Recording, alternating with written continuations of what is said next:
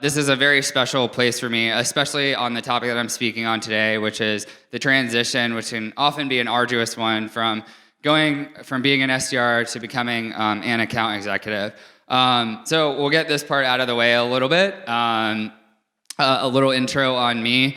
So like I said, I started as an SDR actually in Costa Rica and Bolivia. It was a work abroad program. I can talk to you guys about that a little bit afterwards. It was super fun. Came back to the USA, worked as an account executive after I was an SDR and managed an SDR team abroad. Found the beginning months of being a closer to be absolute hell. Like, it was so difficult trying to close deals, trying to scrape to that quota. It was a totally different mindset, and I found to be woefully unprepared and underprepared for that role. And so ever since that moment, I've been almost obsessed with this topic of like SDRs. I call it upboarding, going from the SDR role to the AE role in a responsible way. Just 3 months after becoming an account executive, even though that first month was really tough, I literally hit my first quota as an account executive by 33 cents at 8:30 at night, Eastern time on the last day of the month. Raise your hand if you have a story like that. You've hit your quota in a crazy way like that. We all have. 3 months later, I ended up being the top performer, winning sales person of the month. Saw my first $20,000 paycheck at age 25 and just commission after like going through that hell of figuring out how to be a closer from the get-go. And so really figuring all of those things out on my own, I think really helped me later on down the line in this upboarding process, as I call it later. I went back into management, worked for a couple other startups, scaled a couple of other startups, Snack Nation, after Citrix, built out their SDR program, and then I'm currently the director of revenue performance. So I lead all the hiring, training for our SDR team, our account executive team, and our account management team. Over my career, I've trained over 300 salespeople. I've been featured in national podcast publications, everything from Fast Company to 10 Balance podcasts as well. So that's a little bit about me. Started at Chili Piper. We had a team of 2. Now there's 11 people on the team. 90% of my SDRs hit quota last month. So that's a little bit about me. So let's jump into the good stuff. So the reality of sales development today, you hear all these dismal numbers, right? Estimates as low as 35% of salespeople are hitting their quotas, right? Not very good. SDRs, they assume that it's around 57%. You see these numbers kind of change, but they hover, and basically everyone comes to the same conclusion that they're not very good. Personally, I don't accept these numbers. I absolutely want to be a part of the solution, not the problem. So hopefully today helps out with that a little bit as well, and we're able to make a real significant dent in this space. Prospects also have more information than ever. At Chili Piper, we call this buyer enablement, making it really easy for prospects to not only learn about you, but also what's really important is converting. So they have more information than they ever. Sales hasn't adapted. We're using the same gut check strategies of the past. We're very self-focused to spray and pray, but there is a way out. We're going to talk about that today. So that's kind of reality. So for account executives, it gets worse. So if you've been in the role from 1 to 10 months, the failure rate is 55%. If it's 11 to 15 months, it's 31%. But if you've been in SDR for longer than that, it's 6%. So it drops significantly down if you have just a year and a half of that experience. So oftentimes just waiting and like sticking out the brutal nature of the role a little bit more will really teach you the fundamentals and laying that groundwork. I have so many theories behind this, but I really believe in this chart. It's built by our friends at the Bridge Group.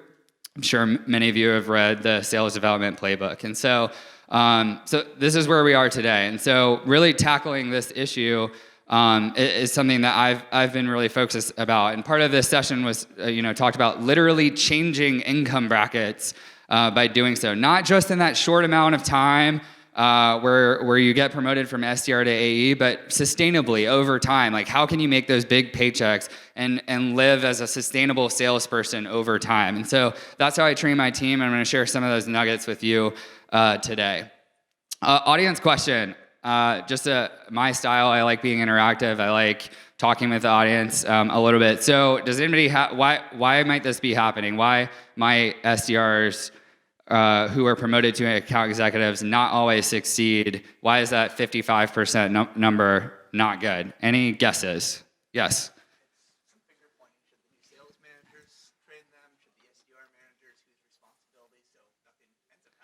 Yeah, absolutely. Who trains them? Who owns that upboarding process from SDR to AE? That's excellent. Love it. Anybody else? Any other guesses? We got one. There we go, right here.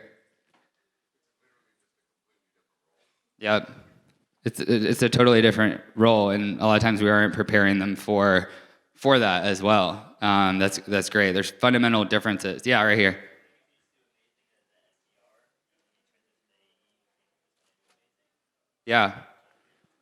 Yeah, absolutely.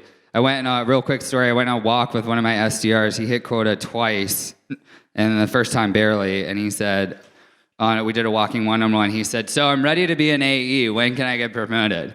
Right? And it sounds ridiculous, but it happens all the time. And SDR manager, are there any SDR managers in the room? Raise your hand. A bunch of you? Awesome. So for the SDR managers, you hear, it sounds ridiculous that I'm saying it out loud, but in reality, it happens all the time, and that's our mindset when we are an SDR and we're trying to kind of escape.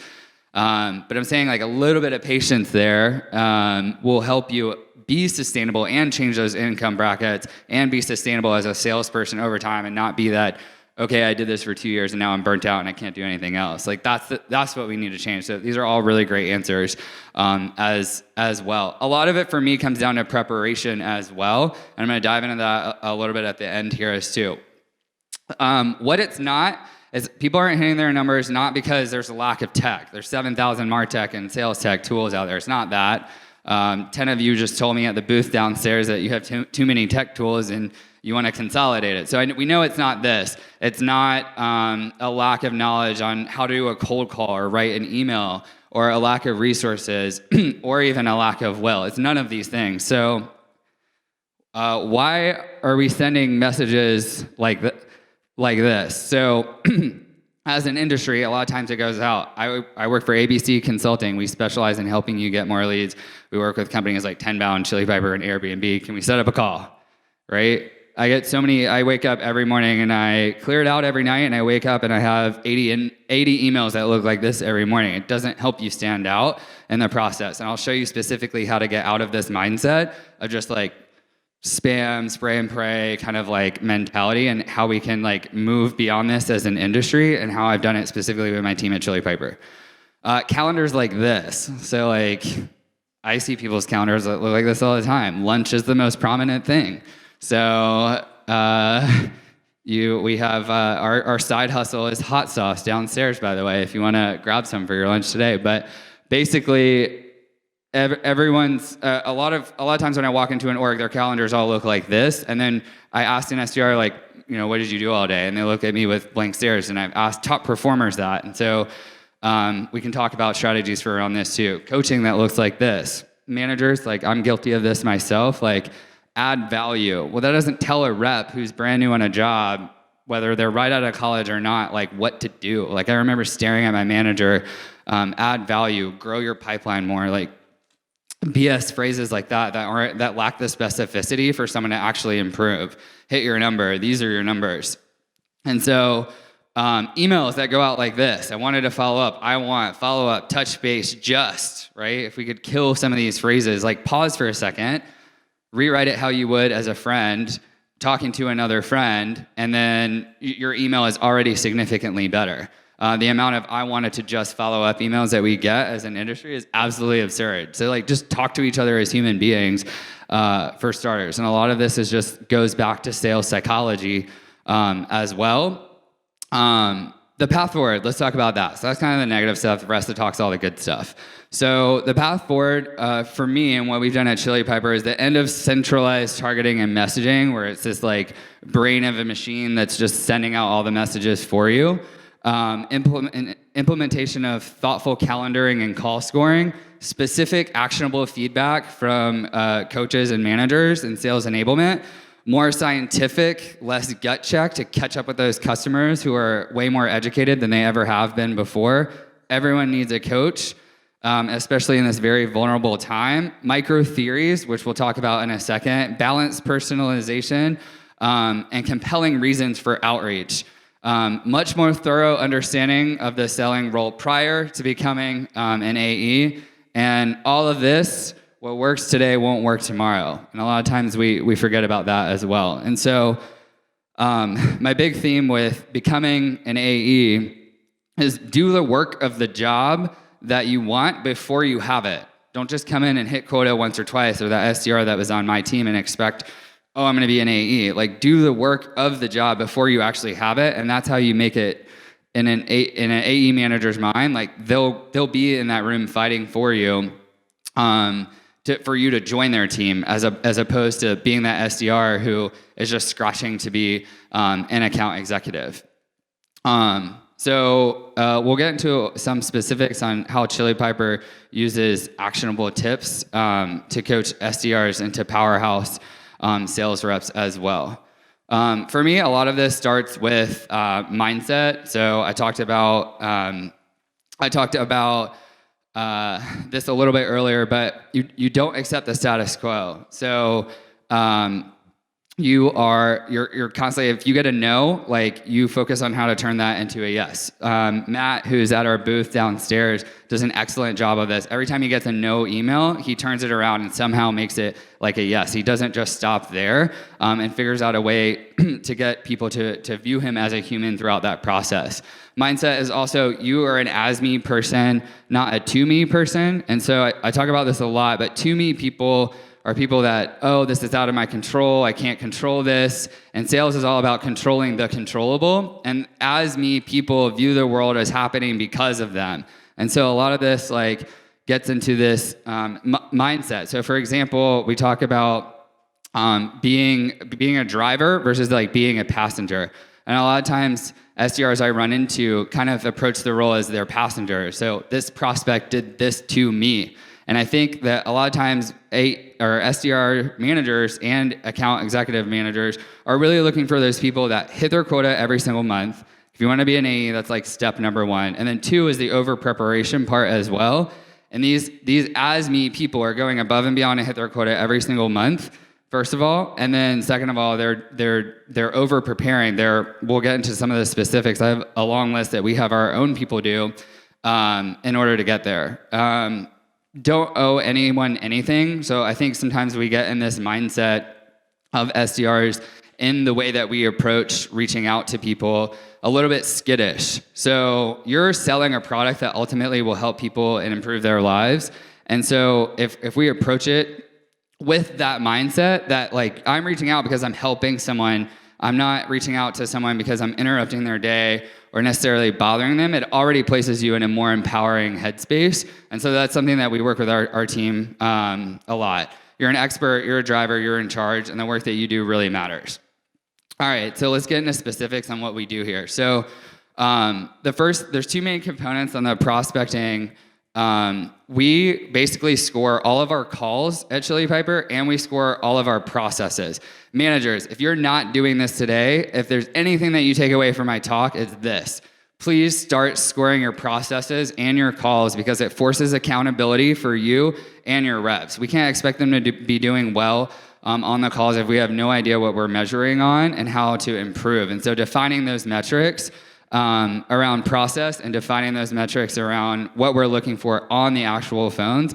The quintessential majority of companies that I talk to don't implement call scoring at the disservice of their revenues and their rep development. So that's thing number one.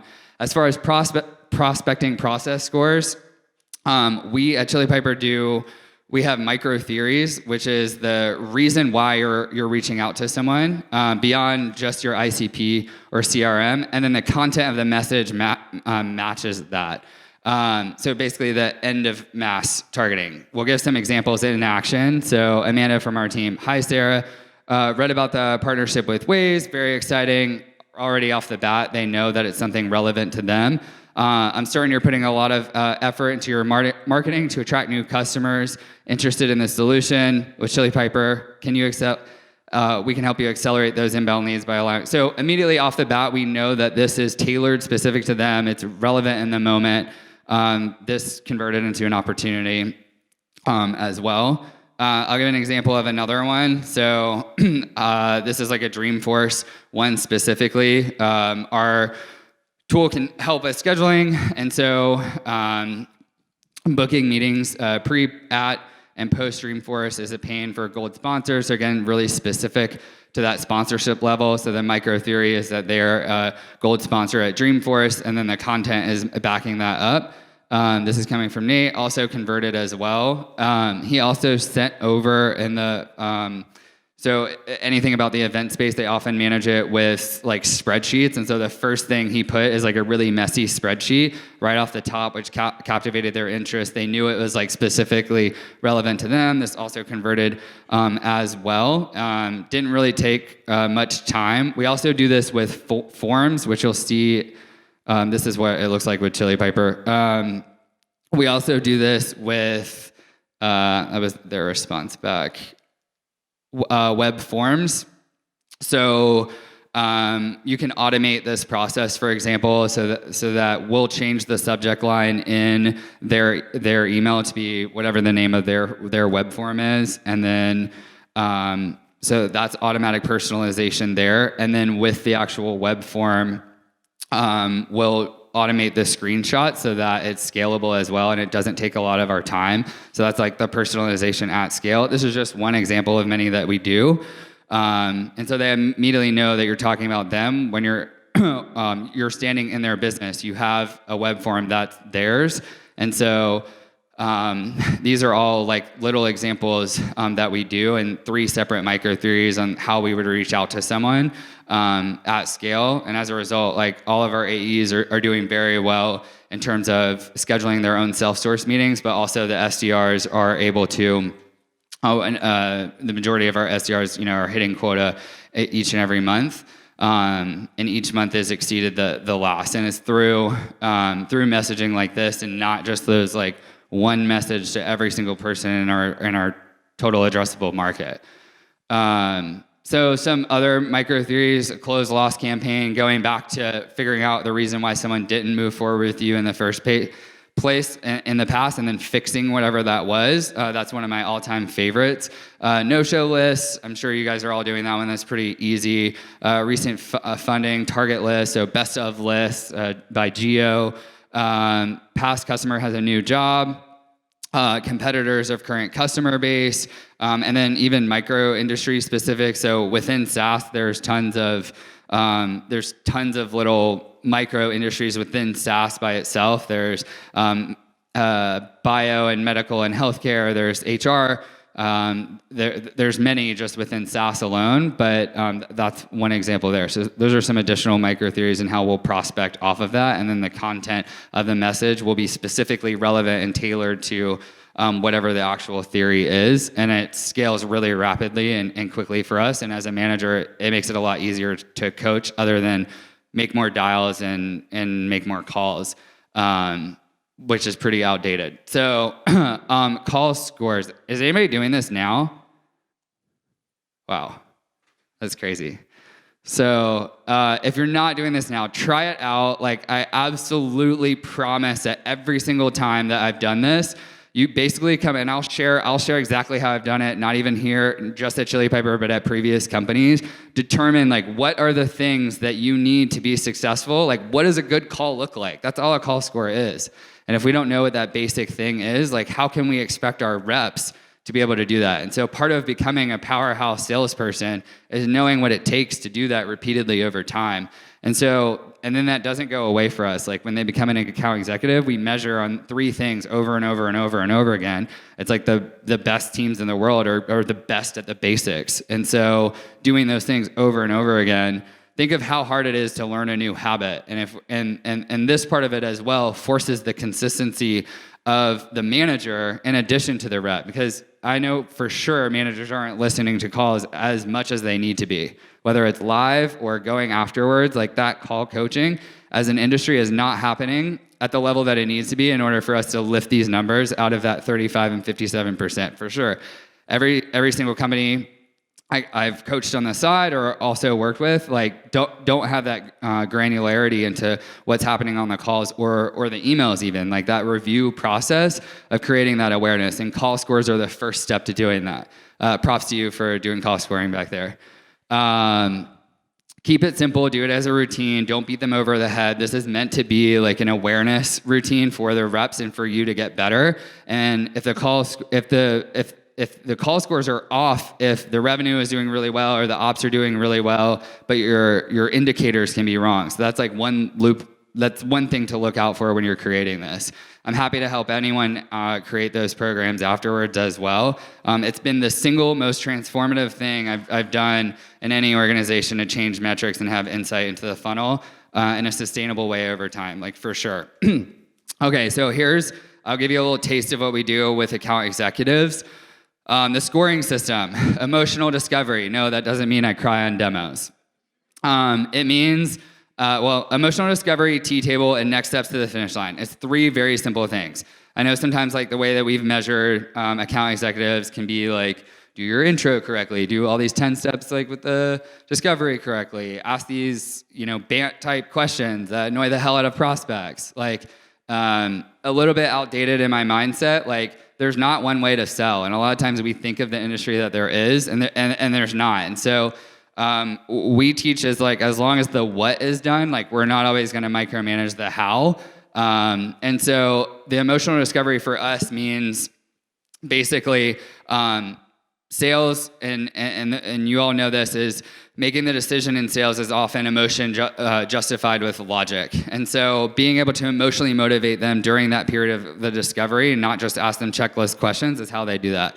Happy to share more details afterwards on how we do that. T-table. So you reference what they specifically care about in the discovery portion of the call, and then you solve that for them directly in the demo portion, and you don't show them extraneous things they don't need to know in that process. Also really important. And then lastly is next steps to the finish line. So we do pretty intense training around this for our team. A lot of times AEs, okay, cool, you want to set a follow-up for next week, and then nothing ever happens, and we wonder why the deals are being pushed like constantly. We talk about lots of different concepts here, from future pacing to project management of that process. So those of you that want to be account executives should already be thinking about some of these things, especially if you're close to that promotion. Like oftentimes we just aren't doing enough or what it takes to push the deal over the line. And then with all the call scores, we weight it towards discovery with the scoring, and everything is automatically logged in Salesforce, including the scores that I give the team. So my scores of them and their own self scores, you can also see the awareness compared to mine and like see what the difference is as well. And it shows like the rep level awareness too. I showed you the earlier calendar. This is like a separate one compared to that. First inclination when you're an SDR, you come in the morning, you want to get behind email all day. I try to switch that by doing a huddle. I say, unless your email inbox is burning and on fire, wait 30 minutes, an hour, and jump on the phones right away. Break that urge, like pattern break, first thing when you start the morning. And so that's what that power hour is, like right away, and they're all calling together. I'm listening and giving live feedback at the same time. I'm running up on time. How much time do I have? Like 1 minute. 1 minute. Okay, cool. Happy to share this with you later. Real quick, how to become an AE: hit quota repeatedly, own your mindset, and be over prepared. This is a sample checklist of all the things that people have to do in order to get promoted. So it's not hit your quota a bunch of times and then, oh, here you go. No other job works like that in the world. So why do we treat the SDR to AE promotion path that way? First thing is listening to calls, shadowing calls, and like really getting that knowledge of listening to the calls are one of the most important things that you can do. So I have them do a minimum of 10 AE calls. They score the AE's calls, and then they also do at least 10 mock demos with me or other managers in the company or other reps as well. So those are the highlights from there. A couple other tips here: don't stop prospecting. There's some other tips. Don't stop prospecting. AE call scoring is in here as well. So to recap all of this, top SDRs to become a powerhouse sales rep, you score high on your call scores, send great emails with personalization, not taking no for an answer, get the targeting right, consistency in the calendaring and not just the calls and the emails, the right volume, right mindset, and think long term, not just short term. Don't be that graph in the beginning where you don't do well as an AE because we moved up too quickly. So don't think I have time for questions, so you can come see me at the booth downstairs, but thank you all so much.